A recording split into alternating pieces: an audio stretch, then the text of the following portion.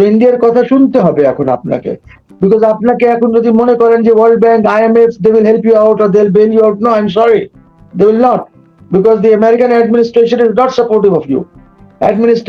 American administration আপনাকে দেখছে, বাংলাদেশকে দেখছে আপনার ইন্ডিয়ার চোখে, সার্জিও গোরের চোখে দেখছে, তারা ডাইরেক্টলি দেখছে না।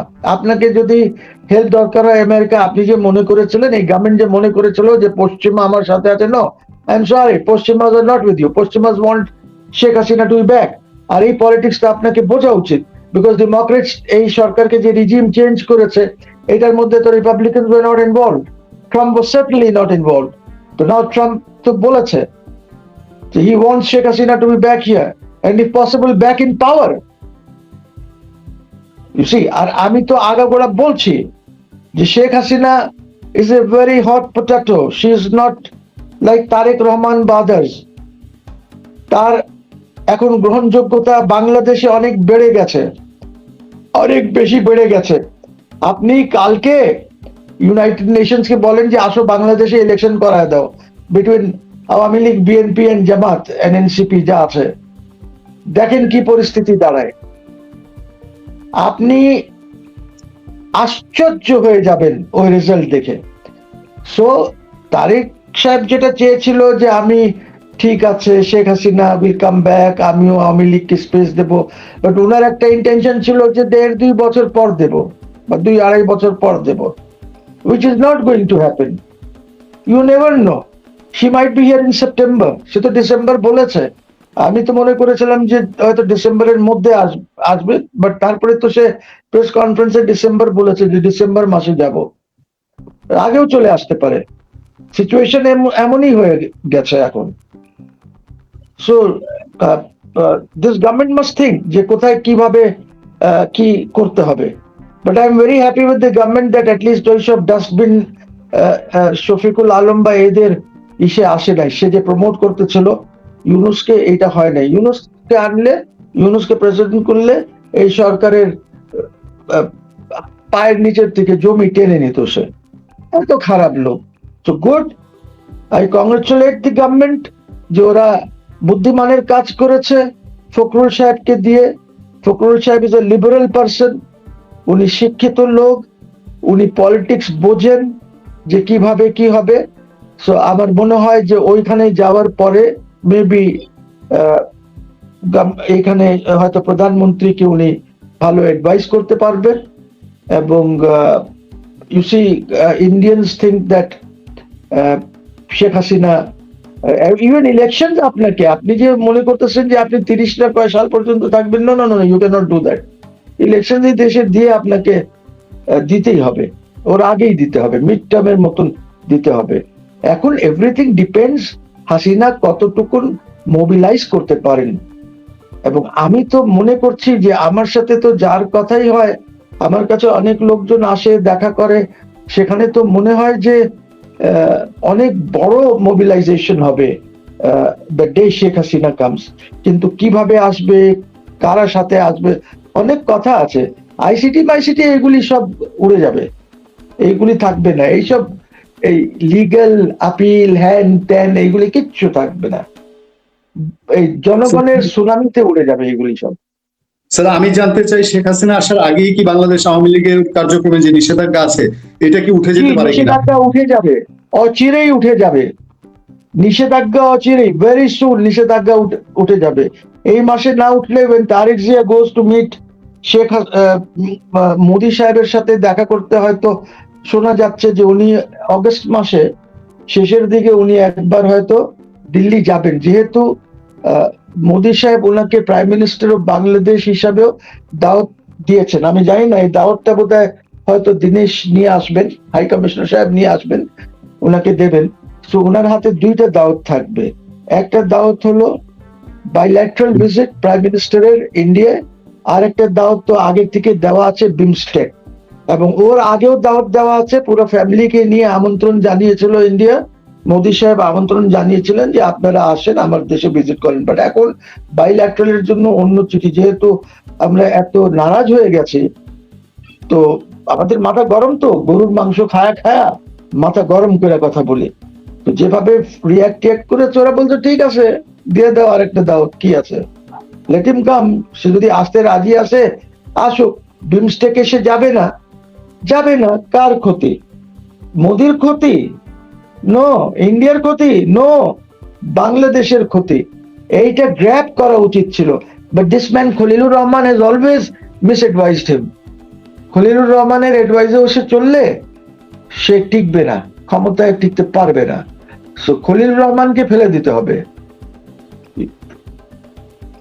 জি স্যার, আমি দেখলাম আজকে মানে একটা প্রেশার তো তারেক রহমান সরকারের উপর আছে, এটা আমি বলি যে এটা দৃশ্যমানই হবে যে জামাত এবং এনসিপি এরা চায় না শেখ হাসিনা ফিরে আসুক। আজকে দেখলাম এনসিপির চিফ এই কথা বলেছে যে হাসিনা ইস্যু সলভ না করে তারেক রহমানের ইন্ডিয়া ট্যুর করা ঠিক হবে না, ইন্ডিয়া যেন না যায় তারেক রহমান। তার মানে হচ্ছে বিষয়টা কি একটা প্যাচ লাগানো না? কিচ্ছু পারবে না করতে। এনসিপি টেনসিপি ওদের কোনো ভ্যালু নাই, কোনো স্ট্রেংথ নাই। আওয়ামী লীগ মাঠে ছিল না দেখে ওরা এই 30% 32% ভোট যাই আছে তারা ক্লেম করতেছে সেটা পেয়েছে, বা কিছু সিটস পেয়েছে। If Hasina was in the field এই কিছুই পাইতো না। They would have been reduced to 5-6%।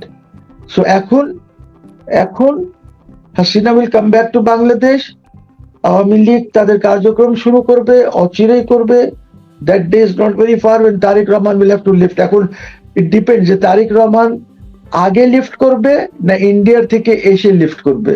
যদি ইন্ডিয়ার থেকে এসে লিফট করলে যেটা হবে, জনগণ তখন বলবে যে সে হাতিয়ার ফেলে দিয়েছে। এখন ইন্ডিয়ার কথায় সেই কাজটা করেছে। সো বিএনপির জন্য এটা পলিটিক্যালি খারাপ হবে। So what I would suggest is that উনাকে এখনই, বিকজ আওয়ামী লীগ তো কোনো হার্ম করছে না, ইটস আ বিগ গ্রুপ। ওদের ভোটেই আপনি পাস করেছেন, এত ভোট যে পেয়েছেন, নাহলে জামাত ইসলামী 2/3 মেজরিটি যে গেমটা ছিল অরিজিনাল গেম, যে ওদেরকে 2/3 দেওয়া হবে, ওইটা হয়ে যেত। আওয়ামী লীগ আপনাকে সাপোর্ট করলে, আপনাদেরকে ভোট না দিলে। So please don't under estimate Awami League. Awami লীগের স্ট্রেংথ অক্ষুণ্ণ আছে। 2-4-5-10টা লোক যদি এখান থেকে বের হয়ে ওদিকে চলে যায় কোনো দিকে, ওইটার কোনো ভ্যালিউ নাই। বিকজ আওয়ামী লীগের স্ট্রেংথ এখন আরো বেড়ে গেছে। আমি রাস্তাঘাটে যেটা পাই সেটা আরো বেড়ে গেছে। কেন বেড়ে গেছে? বিকজ এই গভর্নমেন্ট যে আপনাকে বিদ্যুৎ দিতে পারছে না, আপনাকে মানুষ এখন কি অবস্থা, সব মানুষ ঢাকার দিকে আসছে, আইসা এখানে মোটরাইজ রিক্সা চালায়, এখানে কি বলে অটো চালায়, এইগুলি করে। গ্রামে লোক পাওয়া যাচ্ছে না খেতে খামারে কাজ করার জন্য। এই আমাদের পাট যেটা হয়েছে, পাটের জন্য লেবার পাওয়া যাচ্ছে না। 1000-1200 টাকা পার ডে, 3 বেলা খাওয়া দিয়েও লেবার পাওয়া যাচ্ছে না। তার মধ্যে এই গরমের মধ্যে যখন কৃষক যারা লাগিয়েছে, জমির মালিক ওরা, বা আপনার কি বলে যারা নিয়েছে জমি যেখানে পাটের চাষ করেছে, ওরা, নদীর মধ্যে পানি কমে গেছে, পানি প্রবলেম হচ্ছে। আমাদের পাটের উপরে তো এটা একটা ইফেক্ট পড়ছে। এই জিনিসগুলি কে বলবে, কে বোঝাবে, কাকে বোঝাবে এই জিনিসগুলি? গভর্নমেন্টের তো কোনো চিন্তা নাই যে কিভাবে এই জিনিসগুলিকে তারা ঠিক করবে।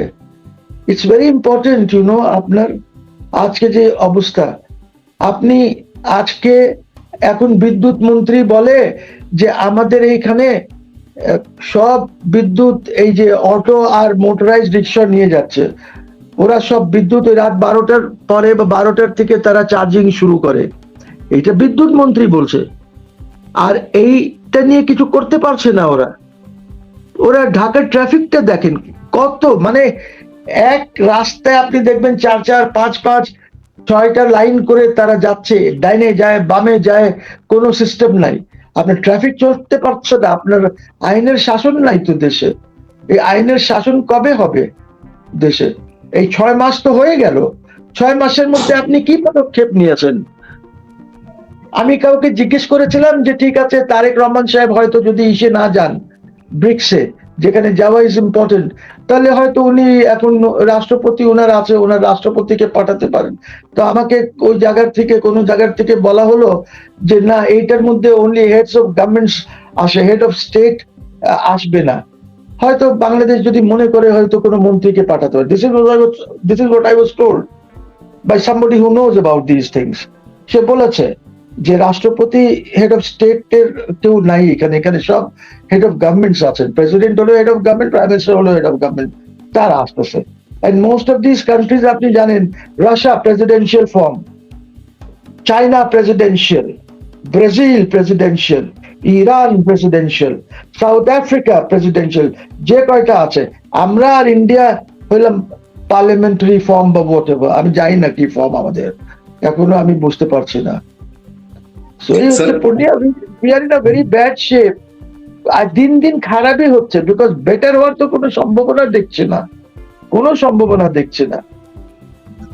খুবই দুঃখজনক, খুবই দুঃখজনক। স্যার, আপনি রাষ্ট্রপতি নিয়োগটাকে আপনি এপ্রিসিয়েট করেছেন।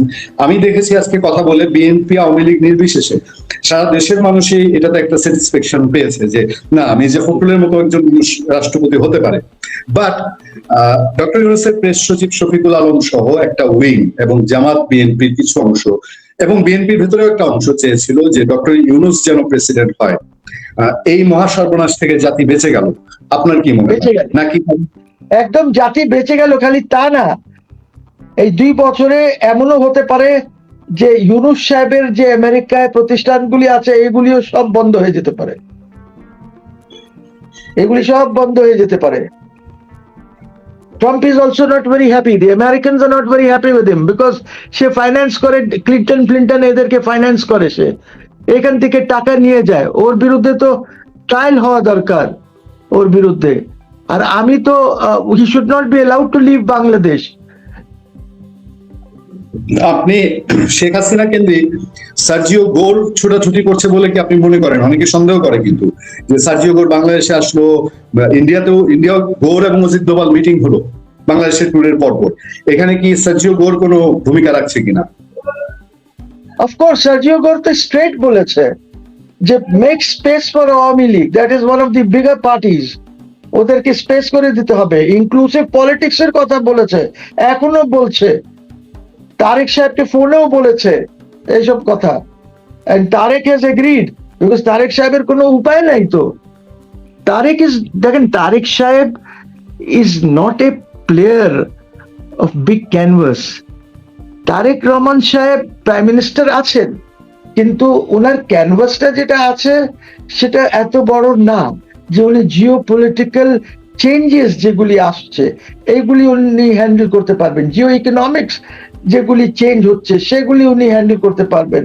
Because you see petro dollar এখন প্রায় শেষ হয়ে যাচ্ছে। লোকজন এখন তাদের ফরেন কারেন্সি আর রিজার্ভ কারেন্সি ডলারে রাখবে না, যেতে দেন না 1 বছর 1.5 বছর, দেখেন কি পরিস্থিতি দাঁড়ায় ডলারের। ইউ সি এত চেঞ্জেস হচ্ছে, ইউ মাস্ট আন্ডারস্ট্যান্ড। ইন্ডিয়া তো চেঞ্জ করে ফেলছে অলরেডি, ইন্ডিয়া অনেকটাই চেঞ্জ করে এনেছে।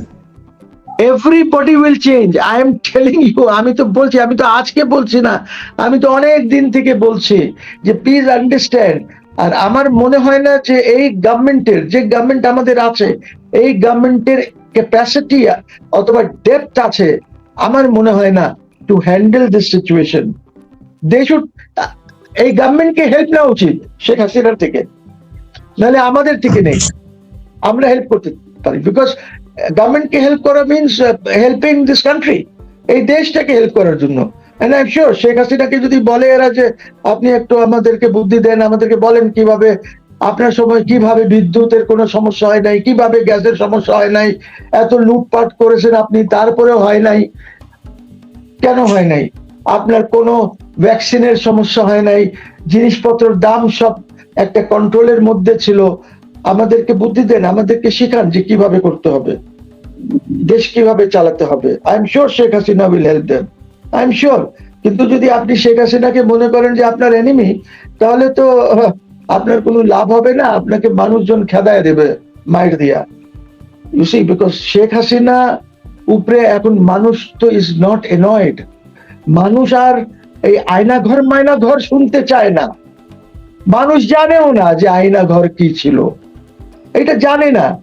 মানুষ এখন জানে যে গুপ্ত কি ছিল, এবং শেখ হাসিনা রিসেন্টলি বলেছে এই গুপ্তদের কথা, যে এরা সব ছাত্রলীগে ছিল, এনসিপির ছেলেদের কথা বলেছে তারা তো আমার আর বঙ্গবন্ধুর তারিফ করতো সারাক্ষণ বৈশা। সো নাও শি নোজ যে গুপ্ত কি আছে, আর এই দেশ এটা কিন্তু উনি সে সময় ধরতে পারেন নাই।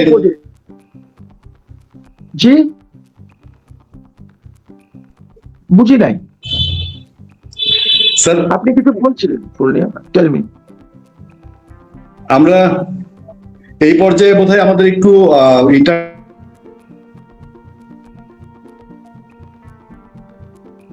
আমাদের এই অনুষ্ঠানে যোগ দিয়েছেন 1000-এর উপর দর্শক লাইভে আপনার কথা শুনছেন জনাব মহসিন রশিদ।